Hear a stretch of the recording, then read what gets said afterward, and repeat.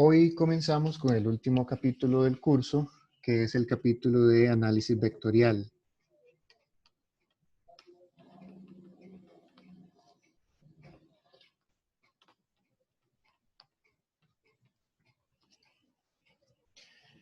Este capítulo trata también sobre distintos tipos de integración. Esa es la parte fundamental del capítulo, distintos tipos de integración sobre distintos tipos de objetos.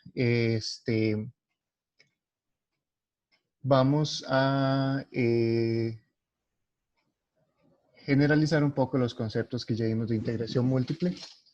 En el capítulo pasado, en el capítulo de integración, generalmente estábamos integrando sobre, los ejemplos de cálculo al menos, sobre regiones en 2 dimensiones, planas, y regiones en 3 dimensiones, sólidas.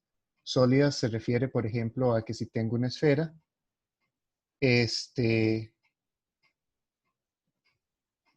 vamos a ver, ¿sí me están escuchando? Sí, profe. Ah, ok, es que me acaban de escribir también que no escuchan. Sí, ya creo que esa no es mi conexión.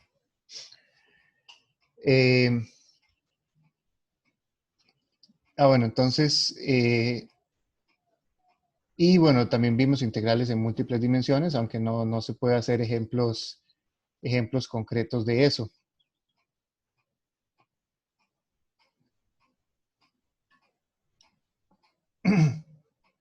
Pero entonces, acá vamos a generalizar el concepto de integración a diferentes tipos de objetos matemáticos. Entonces, el primer objeto que vamos a ver son las curvas.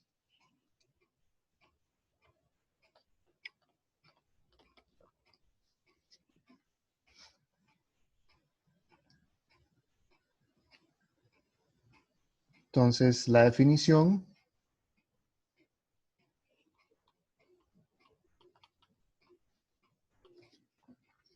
una curva gamma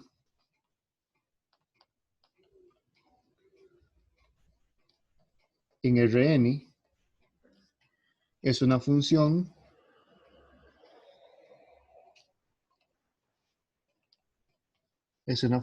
gamma de R a Rn.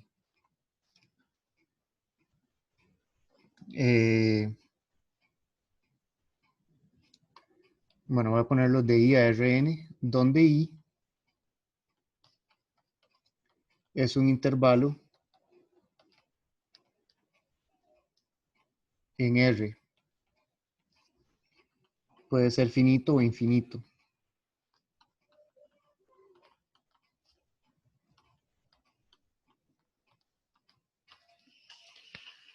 Entonces, eso es una curva, es simplemente una función, pero una función que va de R a Rn, es decir, gamma de t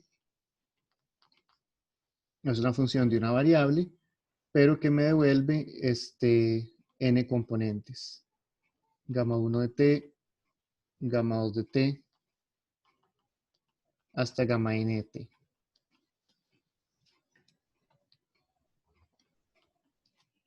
¿Ok? Si quieren le pueden poner flecha al gamma, yo no se la voy a poner porque se me va a olvidar estársela poniendo cada rato, pero gamma es una función vectorial, o sea, es una función que me devuelve un vector. Entonces se agarra un valor real y me devuelve un vector.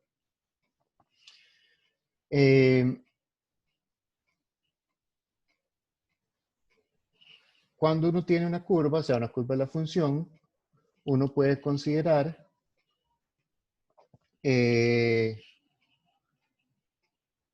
puntos de esa curva. Decimos que P, un punto en Rn, está en la curva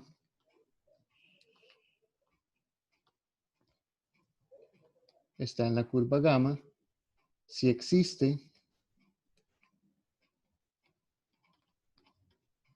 T0 que pertenece a R, o que pertenece al intervalo de definición, tal que gamma de T0 es igual a P.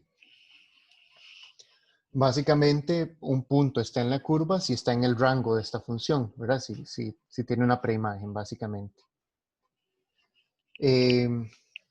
Ese conjunto, el conjunto de puntos que está en la curva,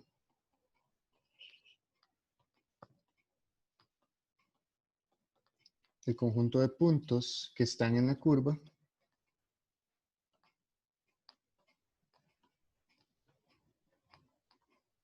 a veces se denota por eso. Esa es una letra gamma mayúscula. Es el conjunto de los puntos de la forma gamma de t, tal que t pertenece a i. O sea, en otras palabras, ese es el rango o la imagen de la función gamma o gamma de i. Ese conjunto se llama el trazo.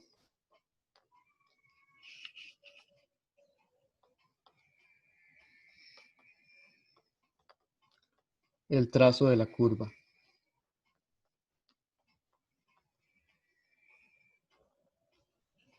¿Ok?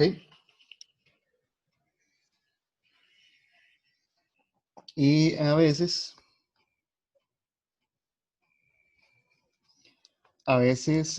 cuando digo a veces es en algunos textos, a veces al trazo se le llama la curva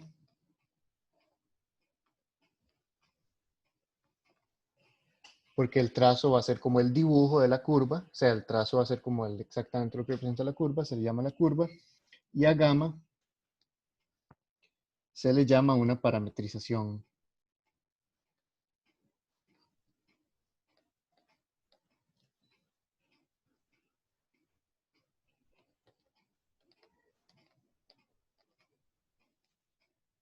De la curva.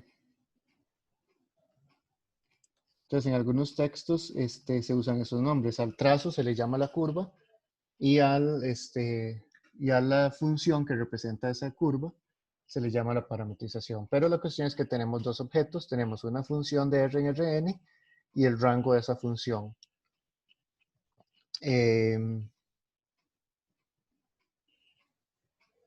Ok, entonces tenemos eso. Ejemplos.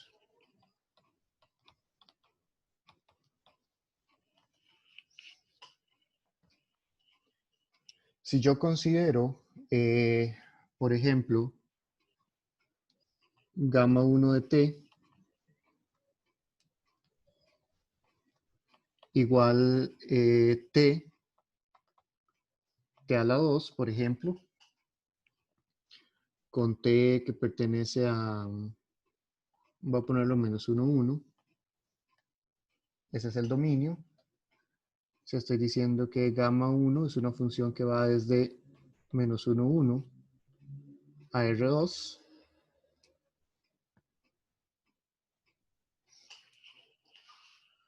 ¿Cómo se podría describir el gráfico, el trazo, perdón, de esa curva?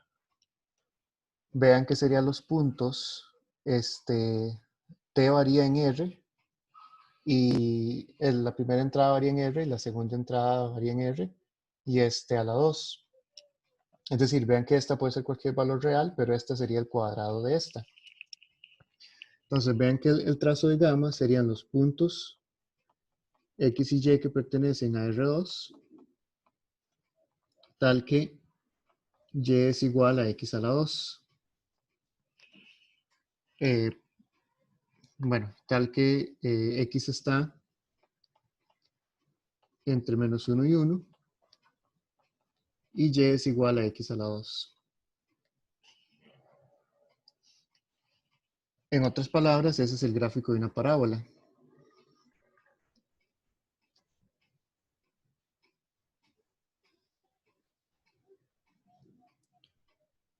Sería la sección de la parábola que está entre menos 1 y 1.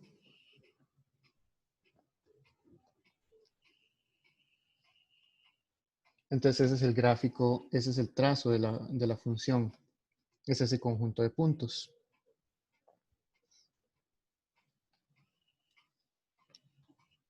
Ok, entonces la cuestión es que una curva es un objeto, gráficamente es un objeto de una dimensión. De una dimensión porque depende solamente de la variable t. Entonces esa es la idea. De aquí sale esta descripción, ¿verdad? Porque el y es x a la 2 y el t está variando sobre menos 1, 1. Entonces eso corresponde al gráfico de la función y es igual a x a la 2 de menos 1 a 1.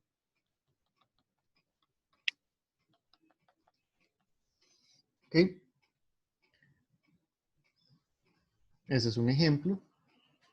Otro ejemplo. Gamma 2 de t igual a coseno de t seno de t con 0 menor o igual que t menor o igual que 2pi. Ese es el dominio. Eso de acuerdo a todo lo que saben con respecto al círculo trigonométrico desde el colegio.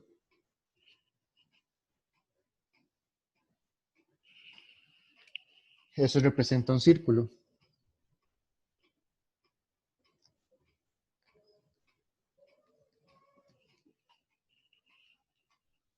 Bueno, y también ya que vimos coordenadas polares, es tan difícil escribir en esta, dibujar en esta cosa. Que eso representa un círculo. Una circunferencia, más bien. Vean que esto es como si tuviéramos coordenadas polares, pero con el radio constante igual a 1. Esa es la circunferencia. Y esa circunferencia se está moviendo en esta dirección.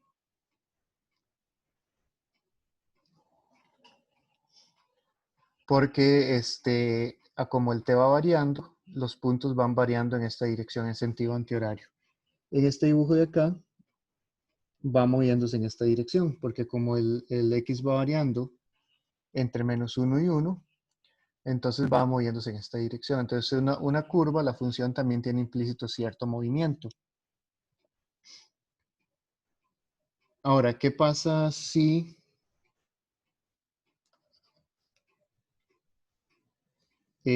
por ejemplo, tengo la siguiente curva?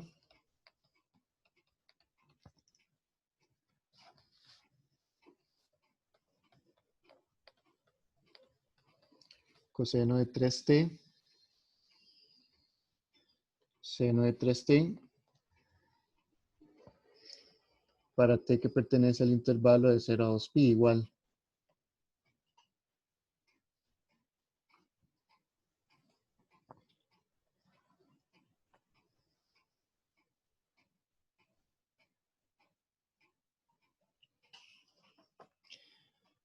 Acá, tengo 3t dentro de ambos, dentro del argumento de ambas. Entonces, básicamente estoy cubriendo lo mismo que acá. Vean que, o sea, si ya yo estoy de 0 a 2 pi tercios, ya cubro lo que se cubrió acá. Es decir, la función tiene el mismo rango. Los puntos de acá, por ejemplo, todos los puntos de acá me van a salir acá también. Es decir, si aquí existe un t, si aquí existe un punto, el punto tiene un valor de t asociado acá. Ese mismo, si yo agarro el t tercios, ese valor de t tercios acá me va a dar el punto que me da acá. Entonces, todos estos puntos de acá van a estar incluidos acá. O sea, es el rango de estos cubre el rango de este.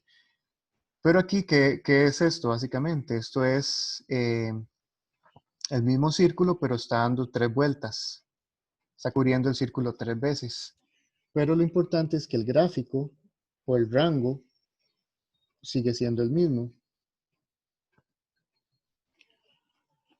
Por ejemplo, cuando llega a 2 pi tercios,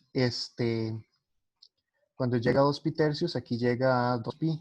Entonces ahí completa una vuelta. Cuando llega a 4 pi tercios, completa otra vuelta. Y cuando llega a 2 pi, completa otra vuelta. Entonces es el mismo trazo, pero esta función le está dando 3 vueltas. O sea, lo está cubriendo 3 veces. O sea, los puntos están cubriendo 3 veces. Esta función no es inyectiva. No es inyectiva porque, por ejemplo, bueno, esta tampoco porque en 0 y en 2 pi da lo mismo, ¿verdad? Entonces, si pongo uno abierto, uno de los dos abiertos, es inyectiva. Esta no es inyectiva porque, por ejemplo, en 0, en 2 pi tercios, en 4 pi tercios y en 2 pi da lo mismo.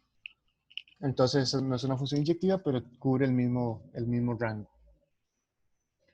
Entonces, eso lo que quiere decir es que un mismo trazo, o más bien varias curvas,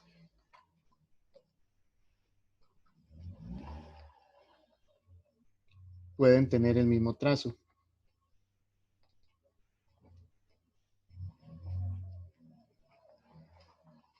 Básicamente, un número infinito de curvas tienen el mismo trazo.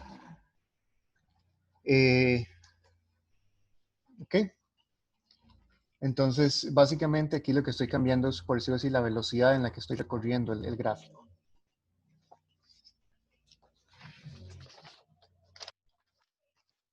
Vamos a ver más definiciones.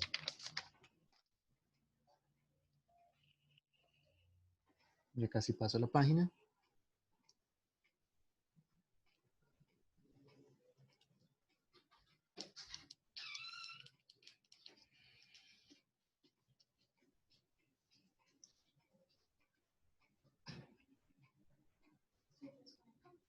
Ok, entonces, si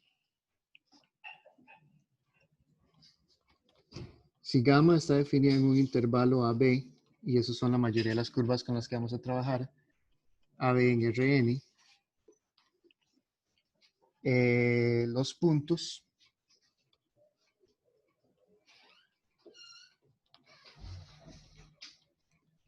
A igual gamma de A, B igual gamma de B, se llaman los extremos de la curva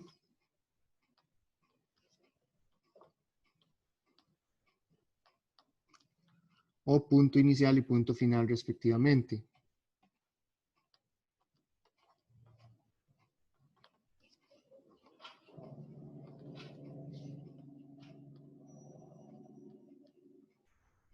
Punto inicial y punto final respectivamente.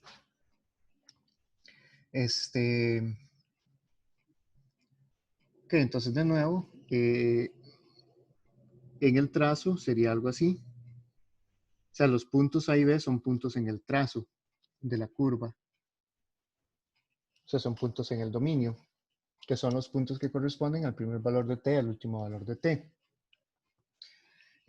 Gamma es cerrada.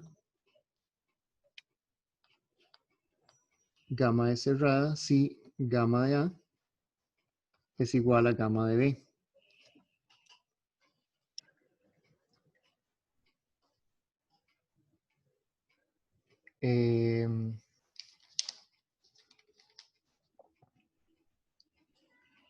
Un punto P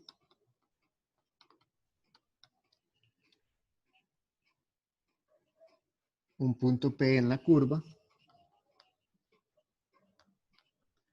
es un punto múltiple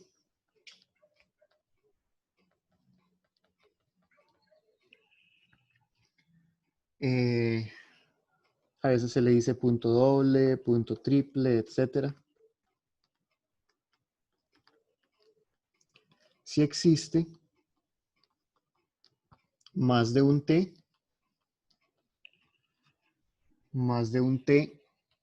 en el intervalo i, tal que gamma de t es igual a p. Entonces, si existen dos valores de t, tal que gamma de t es igual a p, entonces es un punto doble. Si existen tres, es un punto triple, y cuatro es un cuádruple, etc. Por ejemplo,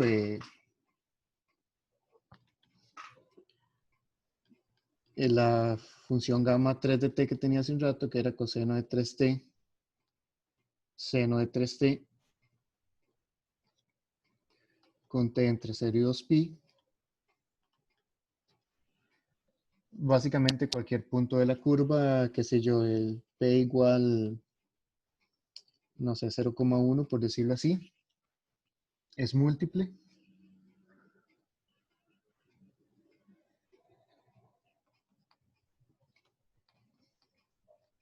De hecho, voy a poner que es triple.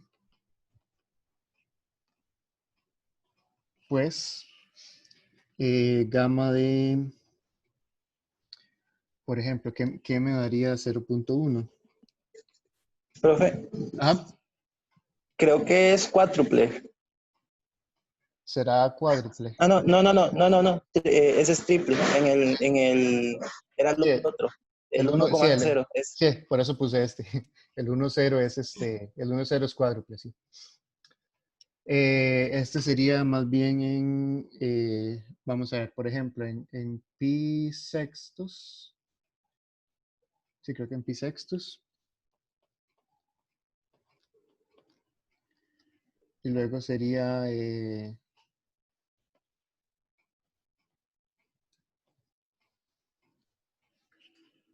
vamos a ver, yo quiero que caiga en pi medios.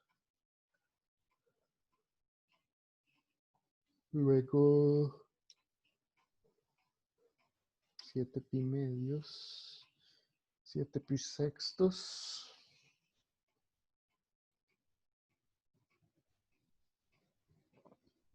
Vamos a ver, estoy multiplicando por 3. Entonces sería pi medios, 5 pi medios, entonces sería 5 pi sextos. Y luego 9 pi sextos. Creo que en esos 3 puntos es que da 0,1. Ok, entonces eso es un punto múltiple. Una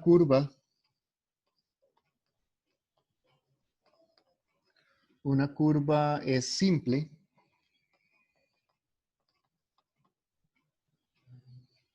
si no tiene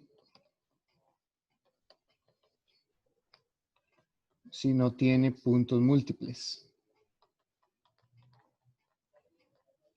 Y vean que eso es lo mismo que decir que la curva es inyectiva.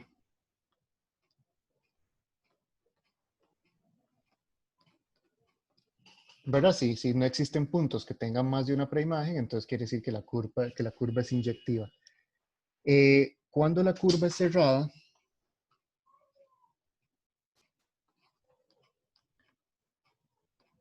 una curva cerrada es simple si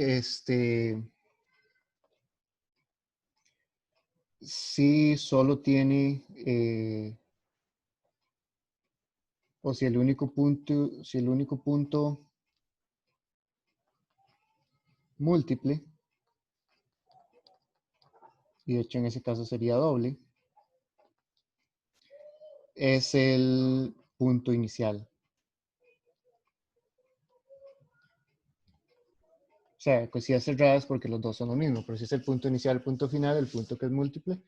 Entonces, una curva cerrada se dice simple si se permite solo que el primero y el último sean el único que se repite. Una curva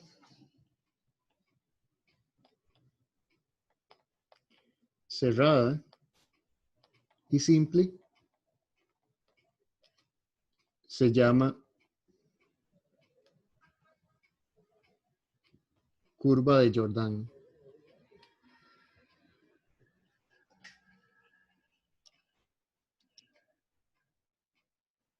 ¿Ok? Entonces una curva cerrada y simple se llama curva de Jordan. ¿Cómo es el gráfico de algo que no sea simple? O sea, algo que puede no ser simple, bueno, ya vimos que un círculo, pero por ejemplo algo así, eso no es simple.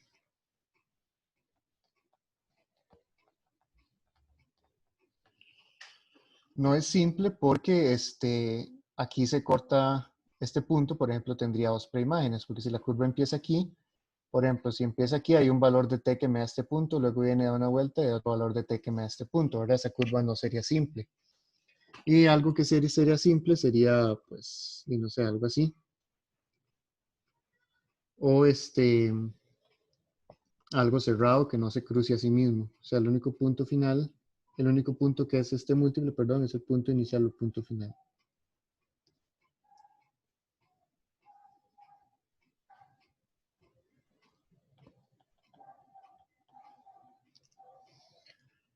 Ok. Entonces esas curvas se llaman, las curvas que son cerradas y simples se llaman curvas de Jordan. Una nota.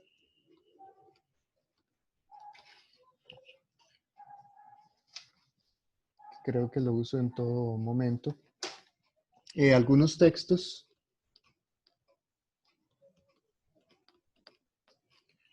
piden en la definición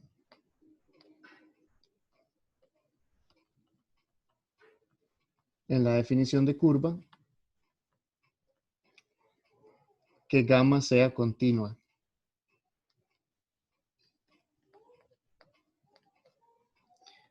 Y esto lo vamos a asumir en adelante.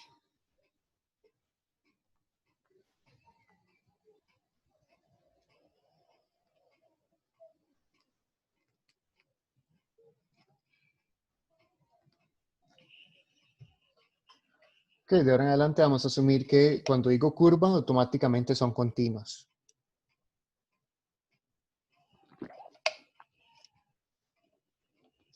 Aunque la definición, o sea, la definición usual, la definición formal es que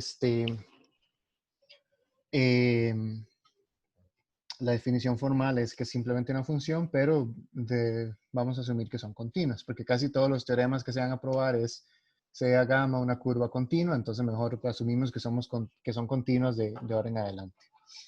Mejor lo hubiera agregado en la definición al inicio, pero bueno, no importa. Entonces vamos a asumir que son continuas. Otra definición, gamma es suave en un intervalo i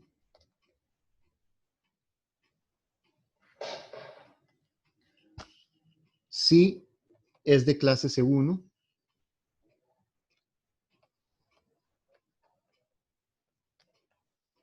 si es de clase C1 en i, y además la matriz jacobiana de gamma tiene rango 1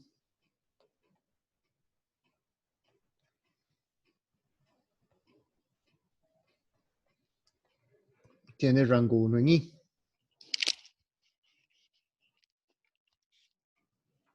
¿Qué quiere decir que una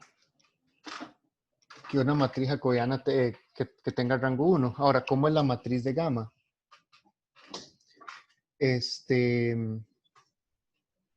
La matriz de gamma es una función de R en Rn. Entonces, la matriz jacobiana de gamma es una matriz n por 1. O sea, es una columna. ¿Qué quiere decir que una columna tenga rango 1? O sea, ¿qué quiere decir que una columna tenga rango 1? Quiere decir que todas las entradas son no cero.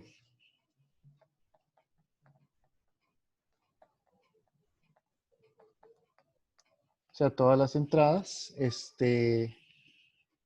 más bien, no todas las entradas son cero.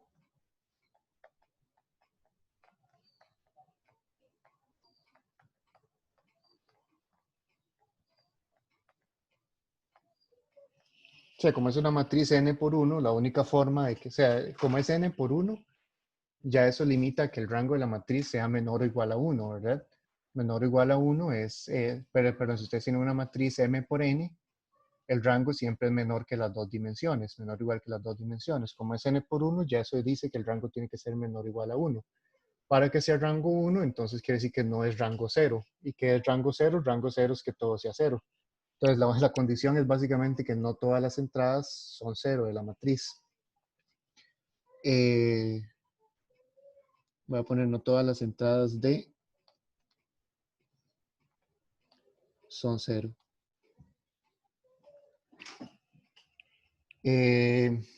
Si gamma de T es igual a gamma 1 de T hasta gamma n de T, la condición se puede escribir como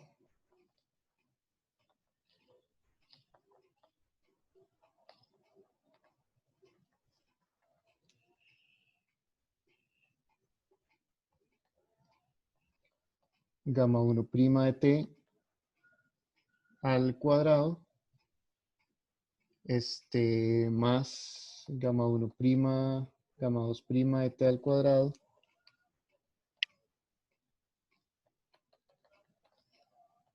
gamma n prima de t al cuadrado mayor que 0. ¿Verdad? Esta condición implica que no todas son 0. O sea, porque si todas eran 0, esto sería 0. Y esas son las entradas de... O sea, recuerden que la matriz jacobiana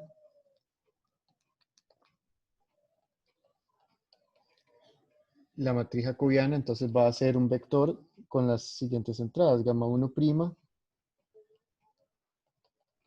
hasta gamma n prima de t. Porque las funciones gamma j son funciones de R en R, entonces por eso es que estoy usando la notación prima. Entonces la matriz jacobiana es una matriz n por 1, donde las entradas son las derivadas parciales, como solamente hay una variable, no existe, o sea, solo hay una derivada, no hay derivadas parciales.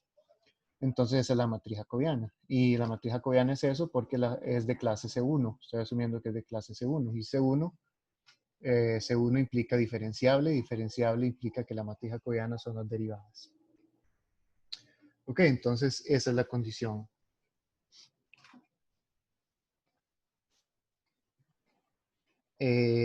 Bueno, aquí voy a poner simplemente para todo T que pertenece ahí. Entonces eso es lo que se llama ser suave. Ahora, hay muchas cosas que son suaves. Ya casi paso la página.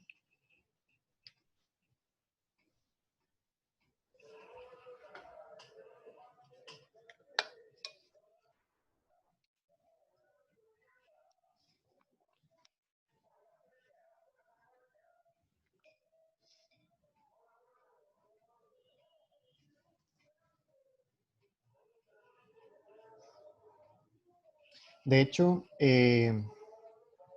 voy a ponerlo así. Eso me va a simplificar mucho las cosas.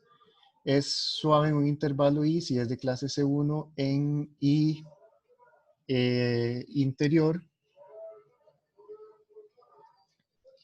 y tiene rango 1 en I interior. En el interior. O sea, voy a ponerlo de esa forma. Eso me va a simplificar las siguientes definiciones porque al final eso es lo que necesitamos, que sean como los teoremas estos de 250, ¿verdad? Que la función es continua en el intervalo, diferenciable en el interior, entonces voy a poner que sea que las cosas que tengan que ver con diferenciabilidad se cumplan en el interior del intervalo. Entonces, ejemplos.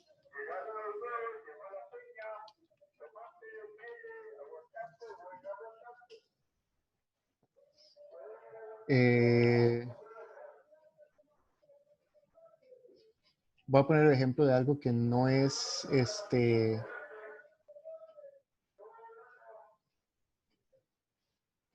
algo que no es suave. No sé, el valor absoluto.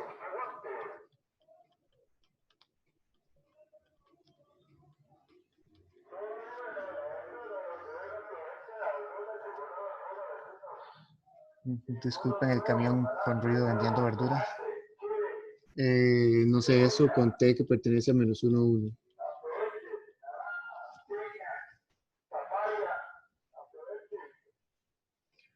Ok, entonces,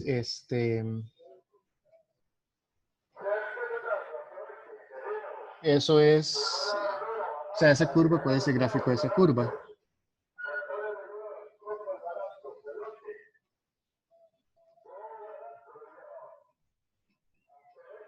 El gráfico de esa curva es el valor absoluto.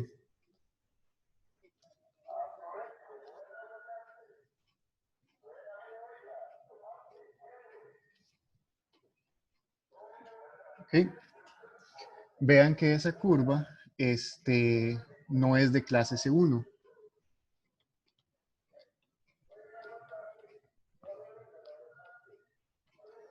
No es de clase C1. Pues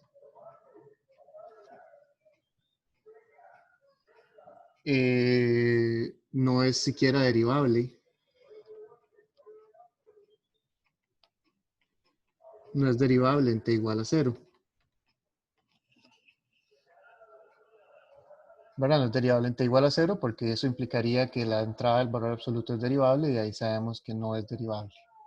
Entonces esa no es de clase C1. Entonces quiere decir que gamma no es suave. Y quería ver este ejemplo porque algo que no es suave es precisamente esto, que tiene un pico. Por eso el nombre suave, ¿verdad? Suave es algo que es suave, no sé cómo decirlo. Y no suave es algo que tiene un pico, usualmente porque no es diferenciable. Entonces de ahí viene la palabra.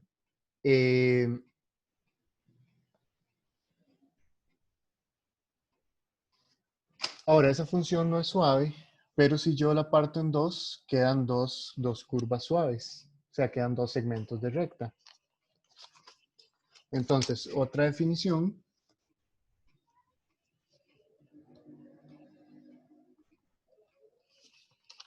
Otra definición, gamma es suave a trozos en el intervalo AB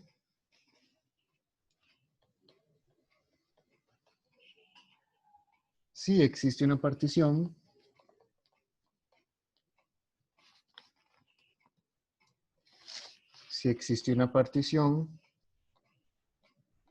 A igual T0, T1 hasta T sub K igual B de AB, tal que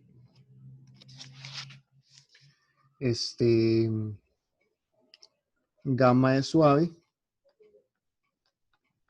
en cada subintervalo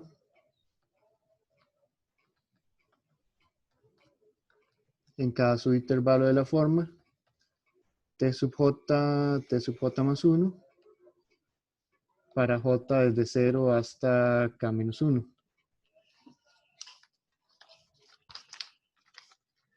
Entonces es suave a trozos si se puede básicamente partir en pedazos que son suaves, que es el caso de esta, ¿verdad? De menos 1 a 0 es suave y de 0 a 1 es suave. Pero en 0 no es suave. O sea, básicamente esto es lo que quiere decir que es suave excepto un número finito de puntos. Eso quiere decir suave a trozos. Es decir, el dibujo de una curva suave a trozos sería algo como así.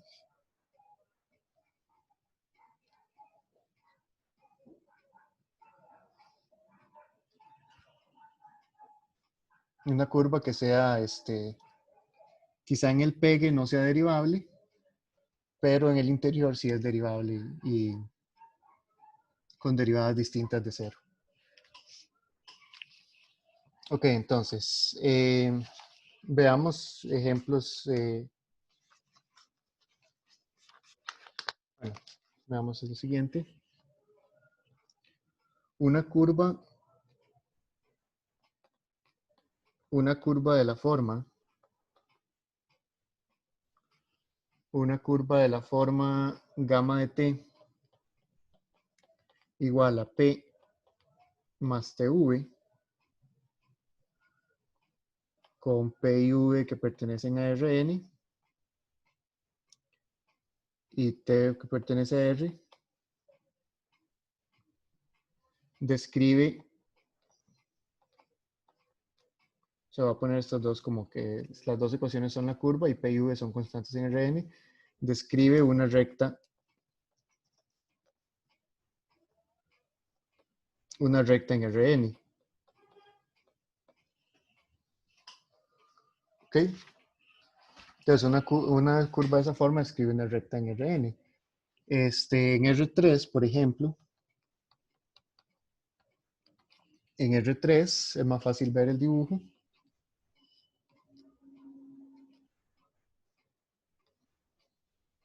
Aquí tengo X, Y, Z. El dibujo de eso es, ustedes tienen un punto P, un vector V,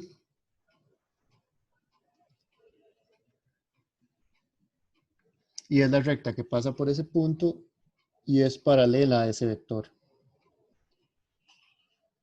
Entonces ese es el dibujo del gráfico o el trazo de esa función.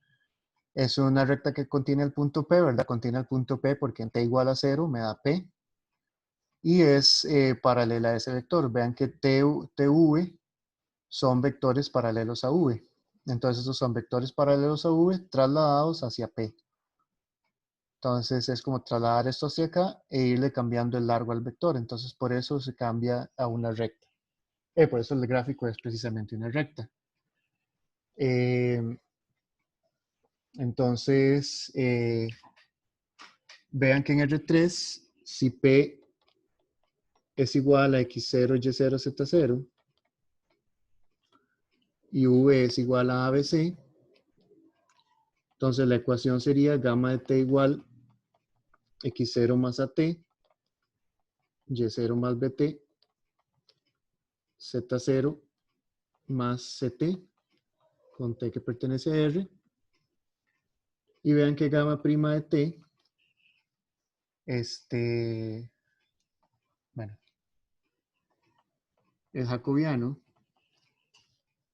de gamma de T es A, B, C. Entonces, para que sea suave, según la definición, para que sea suave, A a la 2 más B a la 2 más C a la 2 tiene que ser mayor que 0. O sea, básicamente que el vector ese que me da la dirección no sea 0, porque si no, no tendría sentido tampoco. Entonces, para que sea suave, A a la 2 más B a la 2 más C a la 2 es 0. Eso es lo que quiere decir que no todos son 0.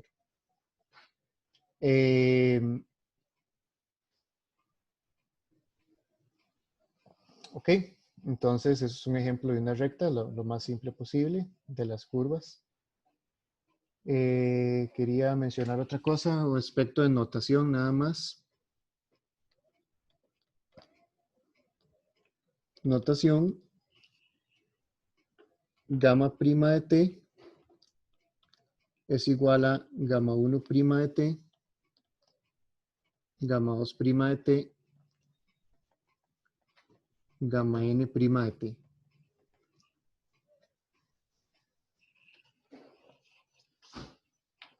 O sea, es como no es el jacobiano exactamente, porque el jacobiano es una columna, pero es el vector de derivadas de las entradas con respecto a t. Tampoco es un gradiente, ¿verdad? Porque el gradiente, o sea, el gradiente es el vector de derivadas parciales. Estas no son derivadas parciales, son derivadas de las entradas. Pero entonces esa es la notación.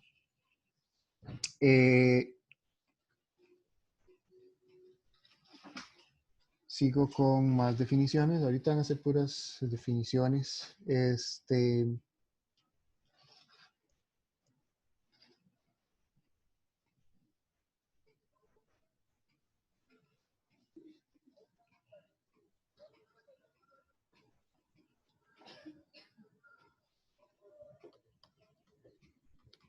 Definición. Si gamma es una curva suave, si gamma es una curva suave, la dirección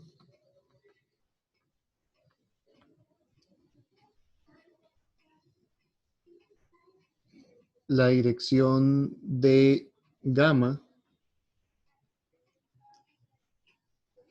en el punto P igual gamma de T0 es T de T igual gamma prima de T0 entre la norma de gamma prima de T0. ¿Ok? Como la curva es suave, la norma no es 0, ¿verdad? La curva es suave significa que la curva sea suave significa que pasa esto. Que la suma de los cuadrados de las derivadas es mayor que 0 y la norma es precisamente la raíz cuadrada de eso. Entonces, como la curva es suave, esa cantidad está bien definida. En el ejemplo de la recta,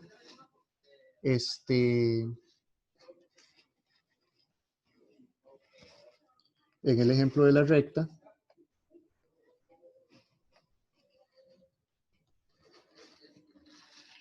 T de T, la dirección es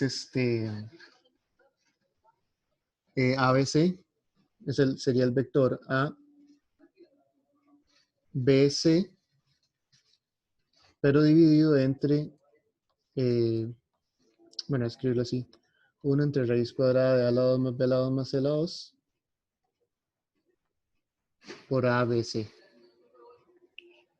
Entonces, esa es la dirección de la curva. Ahora, se utiliza T mayúscula porque en cálculo usualmente se le dice vector tangente. En cálculo se le llama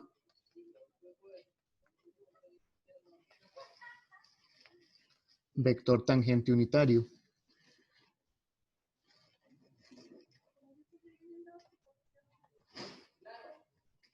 Vector tangente unitario a la curva. ¿Ok? Entonces, esa es la dirección de una curva.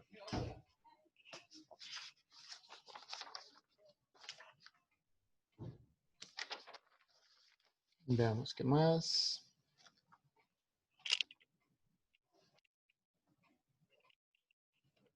Dos curvas, definición también.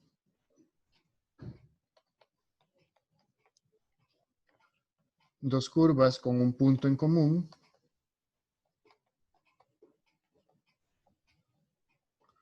Con un punto en común P0. Con la misma dirección.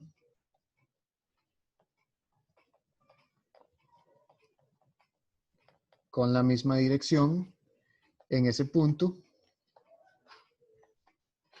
Se llaman tangentes.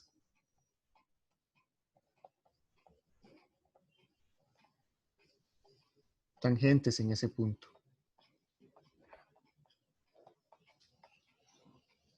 Eso es simplemente definición.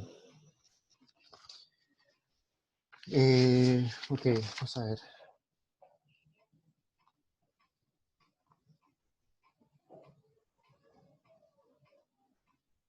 Ok, bueno, ya hay ejemplos de suaves a trozos. Ok. Bueno, estas eran como las definiciones básicas de la notación que vamos a estar utilizando. Ahora lo que queda es definir el proceso de integración sobre este tipo de curvas. Pero siempre que uno define una integración, por ejemplo, cuando definimos integrales múltiples, teníamos que definir primero una forma de medir los dominios sobre los cuales estábamos trabajando.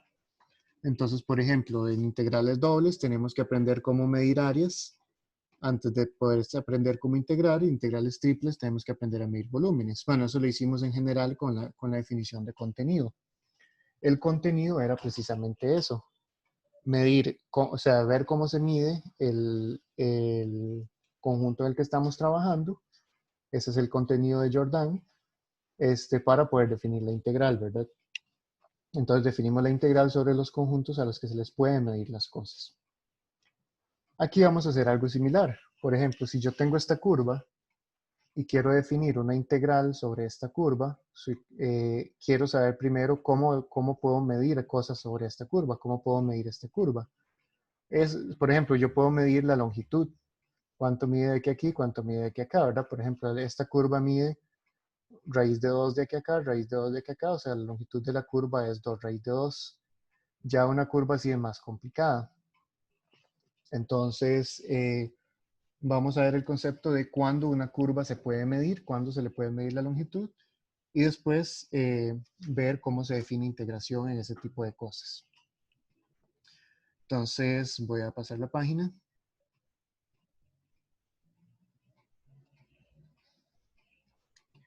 El título se llama ¿Sí? Voy a poner en la página anterior un toquecito, es que no me dio tiempo de tomar foto. Ahí está.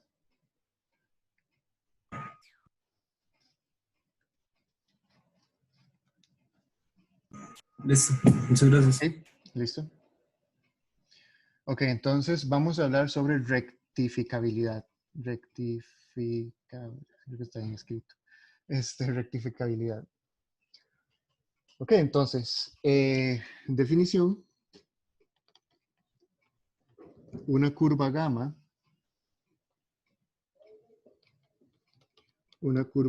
de AB en R es rectificable.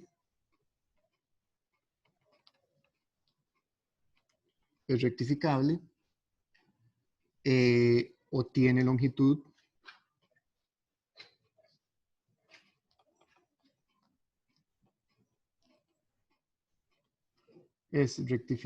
o tiene longitud de arco si existe m mayor que 0, tal que para toda partición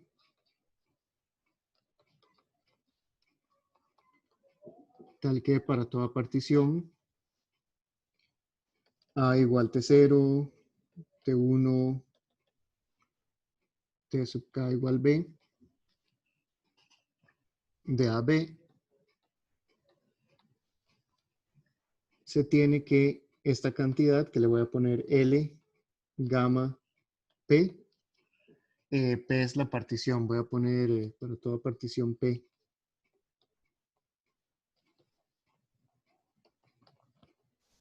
Para toda partición P dada por eso, L gamma P igual la suma desde J igual 1 hasta acá de gamma de TJ menos gamma de TJ menos 1 es menor o igual que n.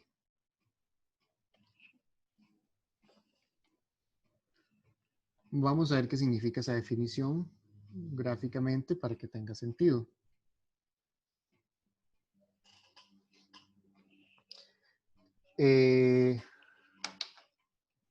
Esta parte se les va a parecer mucho a 350 porque vamos a usar particiones de intervalos y esas cosas, entonces es muy parecido a lo que vieron en 350.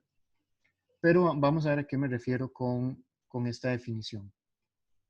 Entonces, lo primero es que yo tengo una curva.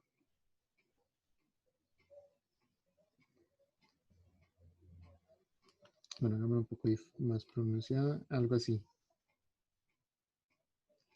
Tengo esa curva. Está definida en un intervalo cerrado. ¿Qué significa? De nuevo, recuerden que cuando dibujo la curva, esto es el rango, ¿verdad? Los valores de t me dan estos puntos de acá. Estas son las imágenes, por decirlo así. Entonces yo tengo aquí, por ejemplo, este sería mi gamma de T0. Qué sé yo, por aquí está el gamma de T1. Aquí estaría el gamma de T2. Qué sé yo, aquí más abajo estaría el gamma de T3.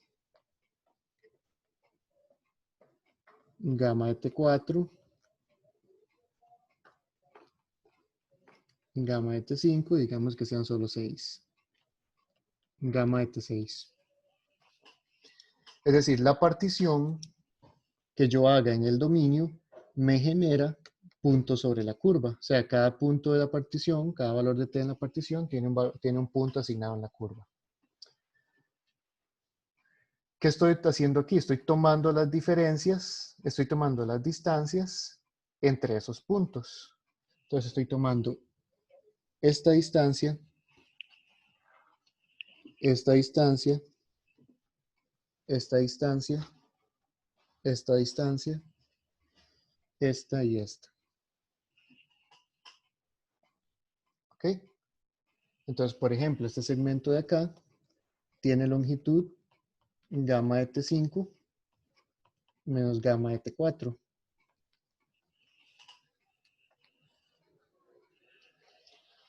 ¿Qué es esta suma entonces? Esta suma es la suma de estas distancias.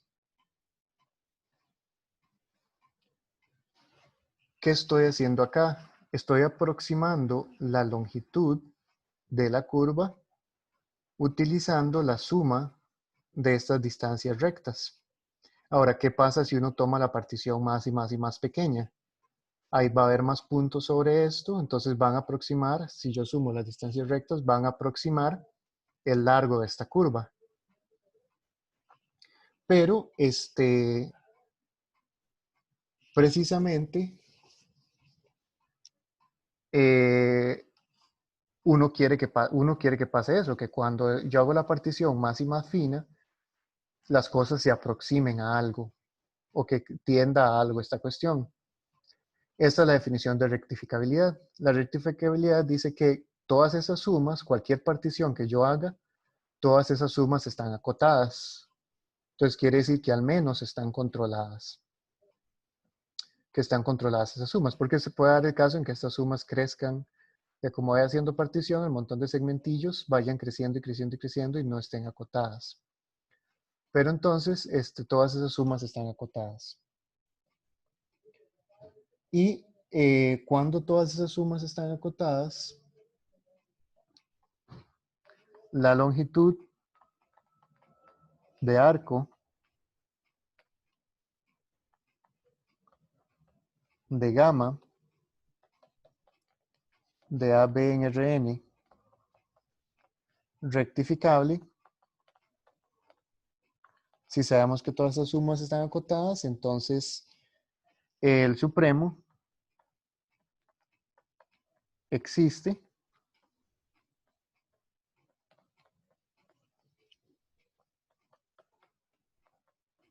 y ese supremo va a ser lo que vamos a llamar la longitud de arco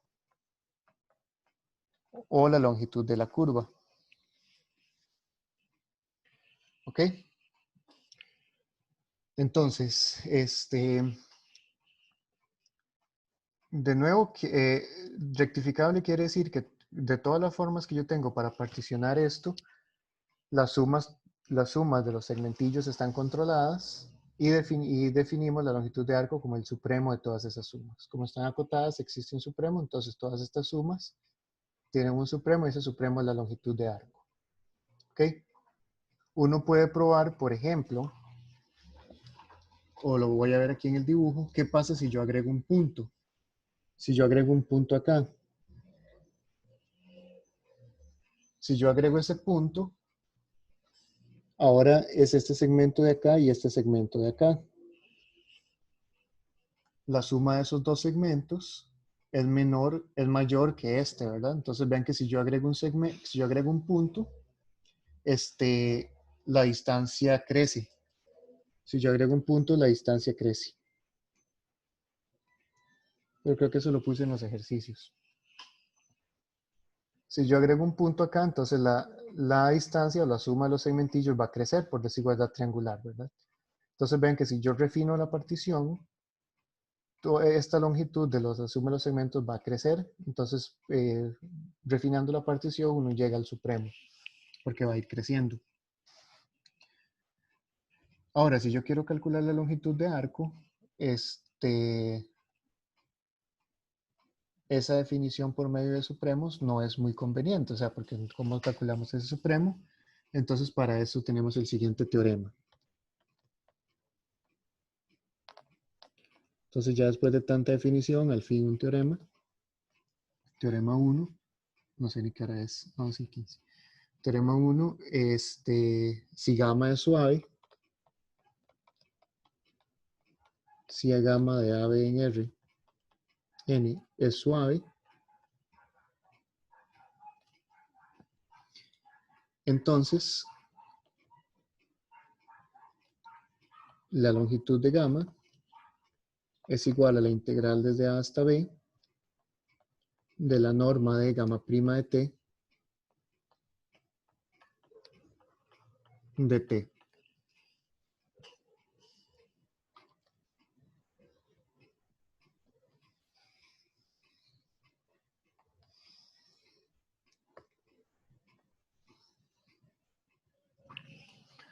Analicemos la formulilla de momento.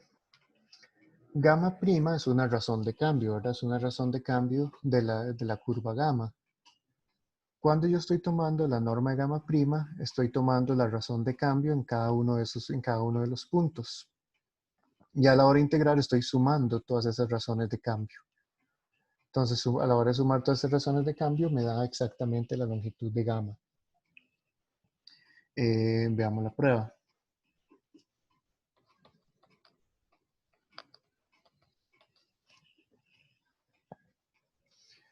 Voy a considerar lo siguiente. Quiero calcular cuánto es gamma de TJ menos gamma de TJ menos 1. Eso es lo mismo que la suma desde J igual 1 hasta N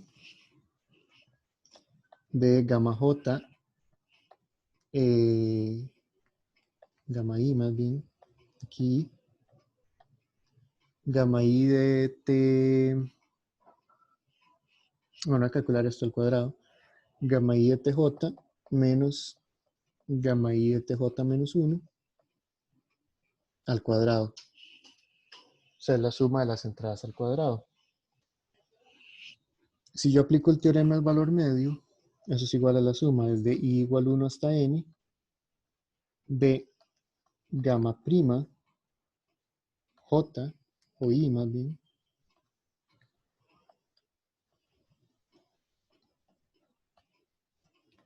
de un punto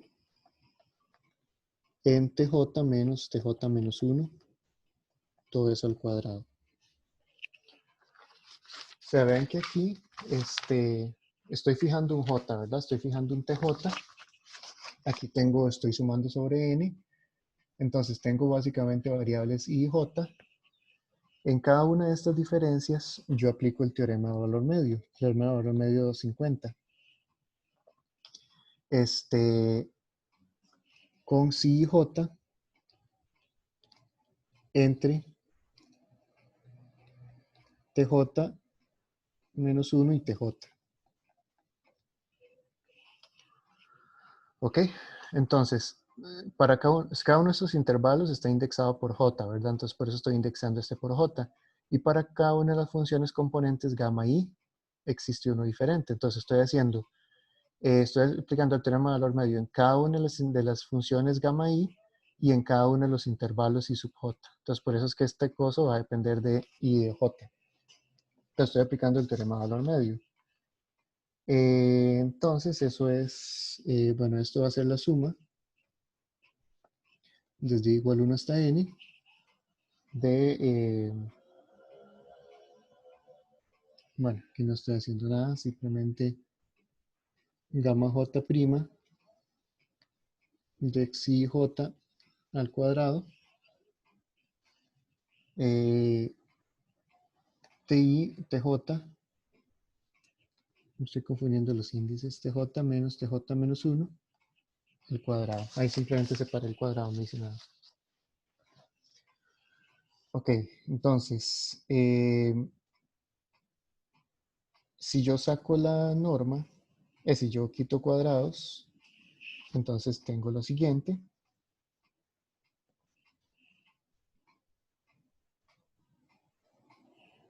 Bueno, este J es constante, entonces vean que esto es, de hecho lo voy a, bueno, eso es TJ menos TJ menos 1 al cuadrado, suma desde igual 1 hasta N, gamma I prima, xi J al cuadrado, voy a escribirlo así al cuadrado. Entonces quiere decir que la norma de gamma de TJ menos gamma de TJ menos 1 es igual a TJ menos TJ menos 1 por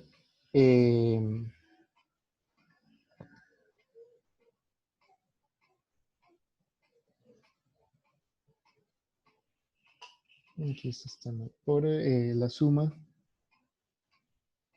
bueno,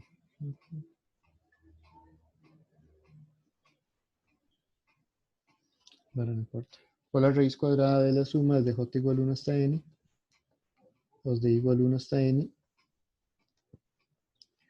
de gamma I prima de xi J al cuadrado. Entonces, lo que quiero ver aquí es que cada una de estas cosillas, esto se aproxima mucho a esta norma. Se parece un poco a esta norma, pero la diferencia es que aquí está en cada punto está por aparte. Entonces, veamos lo siguiente.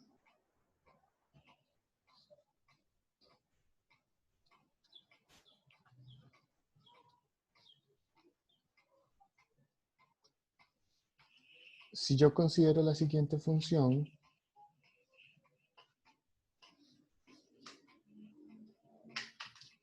vamos a ver, es que tengo aquí malas mis notas.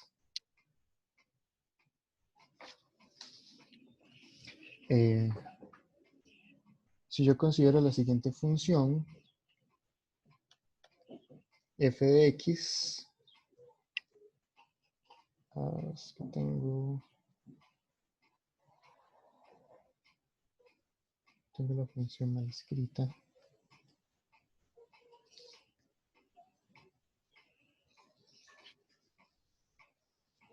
Bueno, no importa. Si yo considero la función f de t igual norma de gamma prima de t, esa función es continua.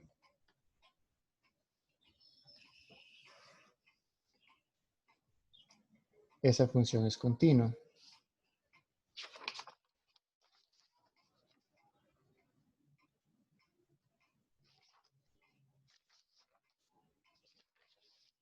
La función que tengo mal es esta función f porque la tengo mal denotada acá.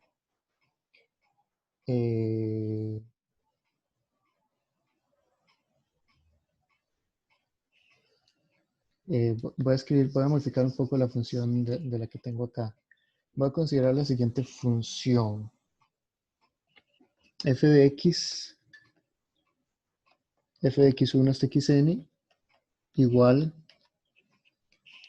voy a escribirlo así, raíz cuadrada de gamma 1 prima de x1 al cuadrado más gamma 2 prima de x2 al cuadrado más gamma n prima de xn al cuadrado. No es exactamente la norma de gamma prima porque estoy evaluando, o sea, gamma prima es una función de una variable. Estoy evaluando cada entrada en las entradas correspondientes. F es una función de Rn en R. Ahora vean que como gamma es de clase C1,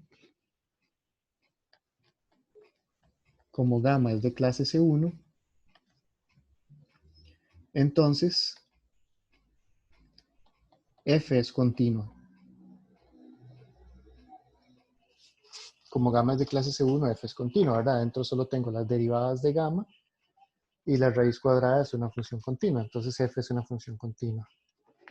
Y voy a considerar, yo creo que ahora sí tengo las cosas bien, sea F de t igual F de t, t, t. O sea, f de t minúscula es f mayúscula poniendo todas las variables iguales. Y eso sí es exactamente la norma de gamma prima de t. Eso sí es exactamente la norma.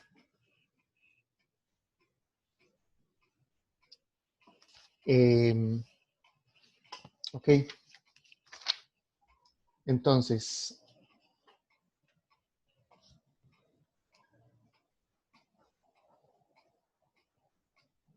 f de t también es continua.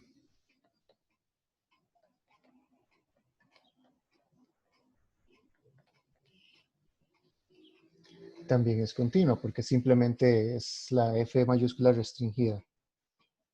Entonces, como estamos trabajando en un intervalo, tengo lo siguiente. Existe una partición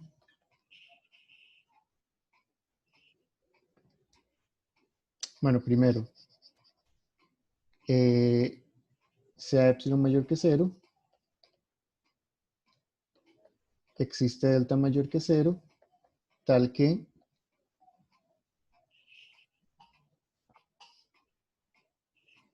voy a ponerlo así, f de x menos f de y es menor que epsilon entre 2 por b menos a, si x menos y es menor que delta.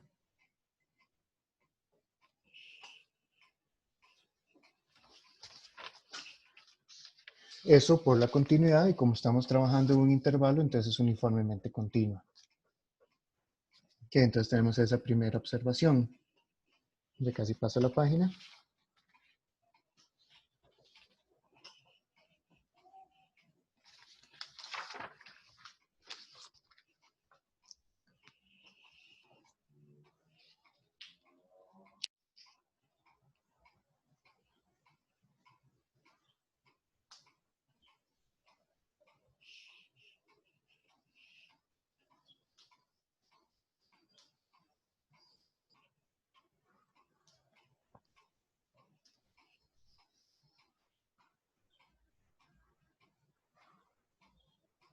Ok, entonces tenemos eso. Si tomamos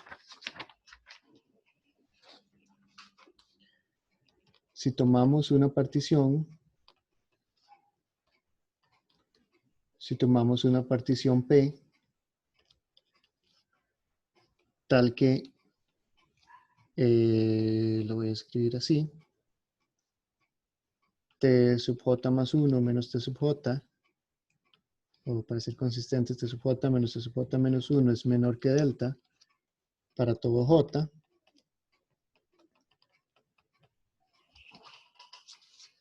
Entonces,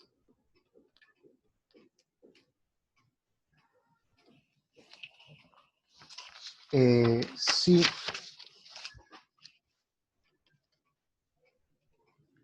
x1 hasta xn pertenecen al intervalo T sub j menos 1 T sub j, se tiene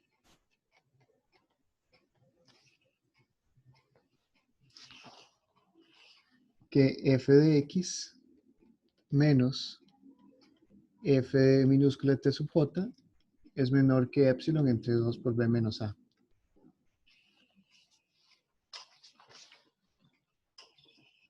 Ok, entonces vamos a ver si estos están en este intervalo, quiere decir que todos los x están a una distancia menor que delta. Quizá aquí voy a poner delta entre raíz de n. Bueno, voy a poner aquí, pues en ese caso, xi menos tj es menor que delta entre raíz de n.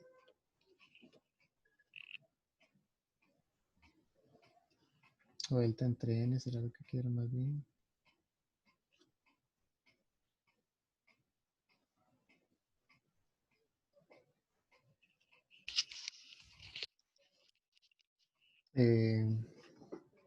Bueno, ya les digo cuánto es. Entonces, la norma de x1 es xn menos tj, tj, tj. Eso es igual a la suma, raíz cuadrada de la suma desde i igual 1 hasta n de xi menos tj al cuadrado. Esas diferencias son menores a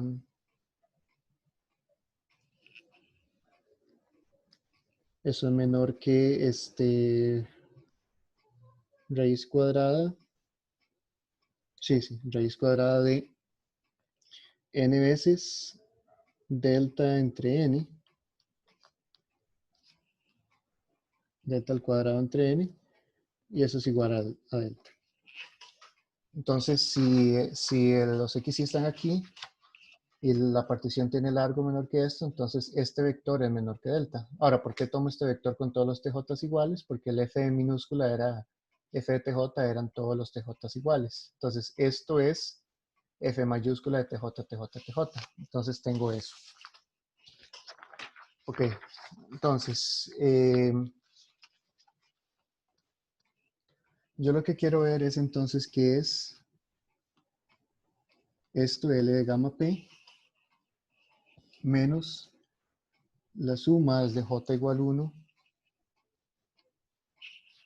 hasta K de F de TJ, TJ menos TJ menos 1.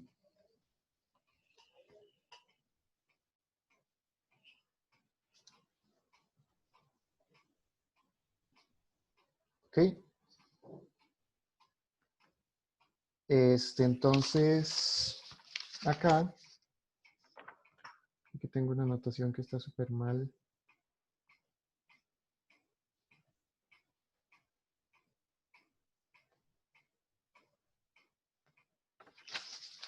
Tengo una anotación que está muy mal. Vamos a ver.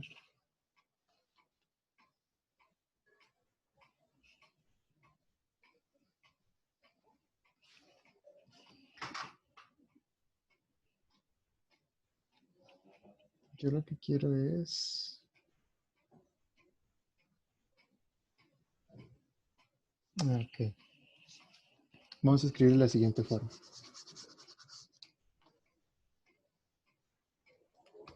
Gamma de... quiero saber cuánto es la longitud de arco relativo a esa partición. Eso es la suma desde J igual 1 hasta acá de gamma de TJ menos gamma de TJ menos 1. De acuerdo a lo que hicimos en la página anterior, gamma de TJ menos gamma de TJ menos 1 al cuadrado, perdón, esto es la raíz cuadrada de esto. Esta función es, esta es la función f mayúscula. Entonces lo voy a escribir como, eso sería suma desde j igual 1 hasta acá de f mayúscula evaluado en si j por esta raíz es f de x y j, ahorita digo quién es y j, por tj menos j menos 1. Donde x y j es igual al vector si 1j, si 2j, si nj. Recuerden que los CJ dependían de I y de N. Entonces el vector CJ es agarrar todas las entradas, o sea, variar todos los I. Que eso es lo que estoy haciendo acá. Lo que tengo es un enredo con los índices. Sí, vea que aquí estoy variando, estoy sumando sobre I. Entonces es agarrar F, evaluarlo en ir variando el I. Entonces eso está bien así. Ok, entonces es eso. Y ahora sí, yo lo que quiero calcular es lo siguiente. L de gamma J, perdón, L de gamma P menos la suma desde J igual 1 hasta acá de F de TJ, TJ menos TJ menos 1. Eso es igual a, si yo agarro las dos sumas, eso es igual a la suma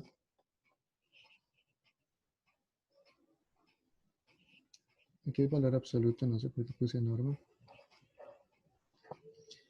Eso es agarrar la suma desde J igual 1 hasta acá de f de x y j menos f de tj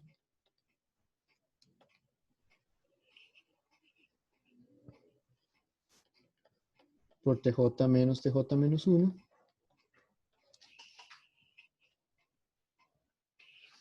Eso es menor o igual que la suma desde j igual 1 hasta acá de f de xj menos f de tj por tj menos tj menos 1. Hay valor absoluto, pero esa diferencia es positiva. Ahora, esta cosa, los CJ están en el intervalo este. Entonces, esta diferencia es menor que epsilon entre 2 por b menos a. Entonces, es menor que epsilon entre 2 por b menos a. La suma desde j igual 1 hasta acá de tj menos 1. Y esta es la suma de los subintervalos. Ven que esta es la partición del intervalo AB. Entonces, todos los intervalos suman b menos a. Entonces, eso es igual a epsilon entre 2 por b menos a por b menos a. Y eso es igual a epsilon medios. Entonces, esta diferencia es menor que epsilon medios. Ahora, existe una partición,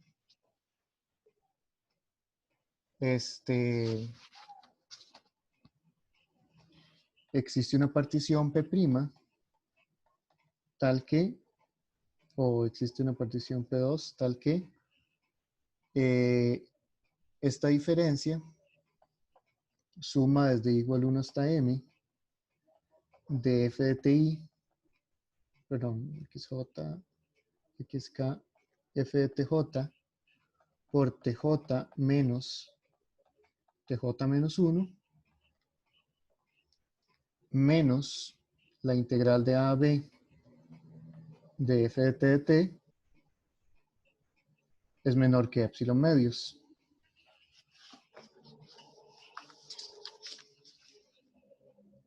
Voy a poner que ese pedazo es una partición.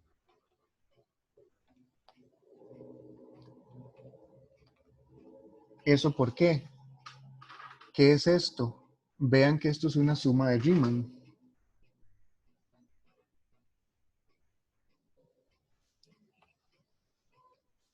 Esto es una suma de Riemann. Una suma de Riemann de f continua.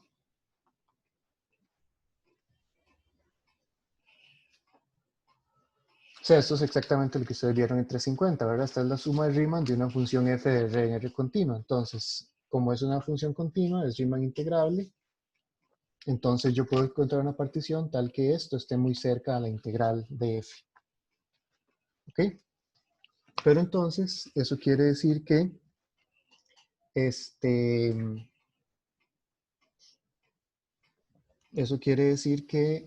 L de gamma P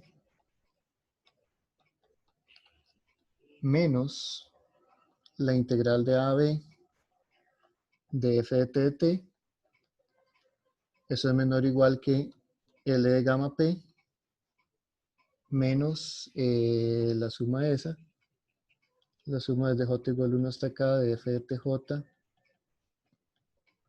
tj menos 1, más esa otra diferencia de arriba, la suma desde j igual 1 hasta acá, f de tj, tj menos 1.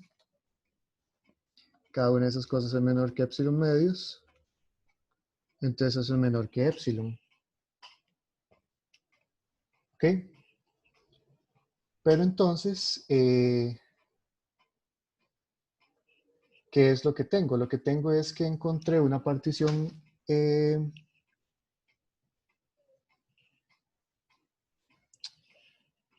voy a ponerle así.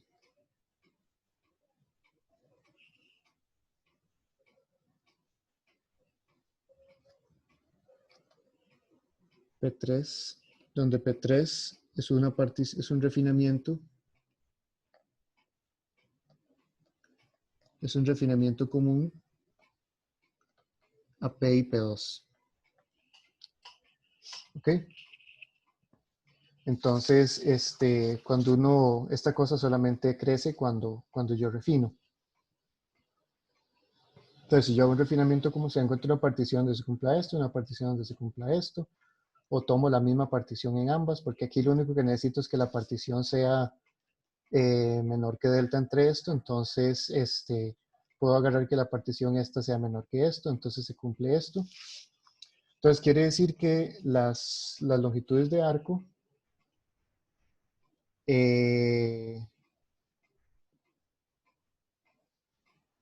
bueno, entonces puedo encontrar una partición tal que esta diferencia sea menor que epsilon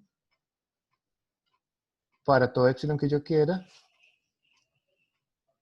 Voy a escribir la conclusión esa: para todo epsilon mayor que 0, existe, bueno, escribo como por lo tanto, existe una partición P,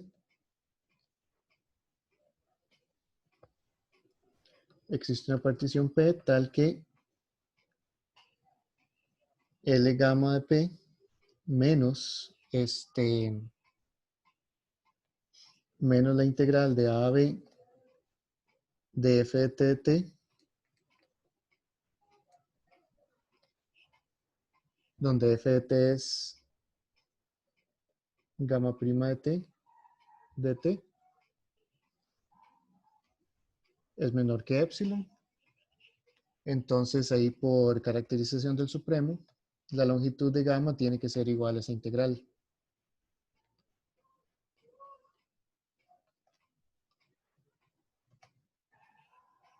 Si aquí estoy usando el hecho de que f de t era esa función.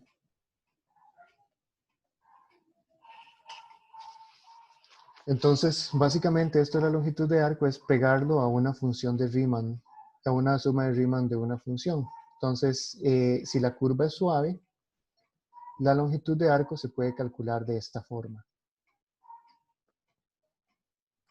Básicamente ni siquiera necesitábamos que la curva fuera suave. Creo que no necesitábamos que la curva fuera suave, déjenme ver.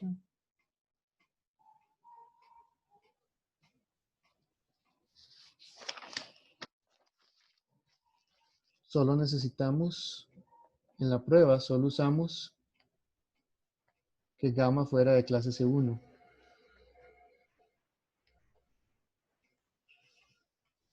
O sea, suave significa clase C1 y las derivadas distintas de 0, pero creo que no necesitamos que las derivadas fueran distintas de 0. Solo necesitamos que fuera de clase C1. Y un corolario.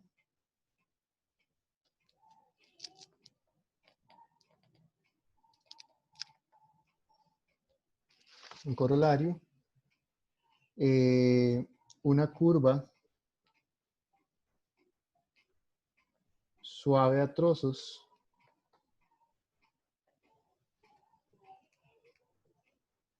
es rectificable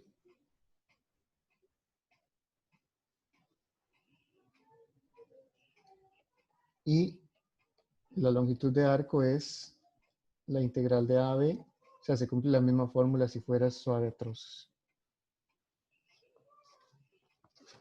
Eso es básicamente hacer lo mismo en cada subintervalillo. Ser suave en cada subintervalo y luego pegan las cosas porque es una integral simple. Pero bueno, entonces este teorema lo que dice es que básicamente lo que dice es que si gamma es suave, entonces es rectificable. Porque aquí me está diciendo que existe la longitud de arco. Y esta es una integral finita, ¿verdad? Porque si gamma es suave, esto es una función continua, entonces esta integral existe, es finita y todo. Entonces, si es suave, es rectificable y tenemos una fórmula para la longitud de arco. Pero bueno, aquí tenía muchos errores en mis notas en la prueba, pero ya los arreglé. Básicamente la prueba es esto, es usar el teorema de valor medio porque hay que pegarlo con la derivada en algún momento. Y aquí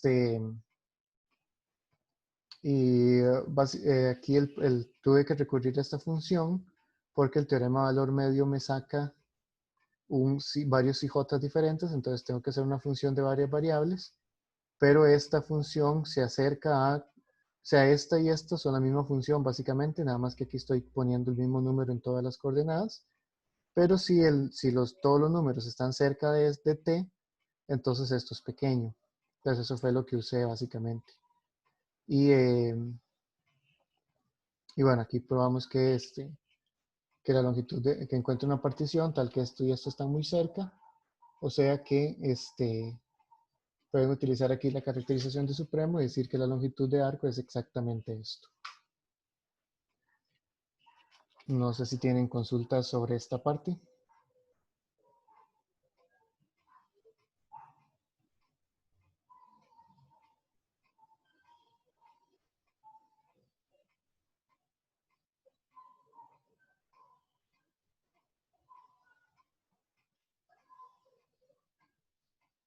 Ok, entonces voy a terminar aquí la grabación.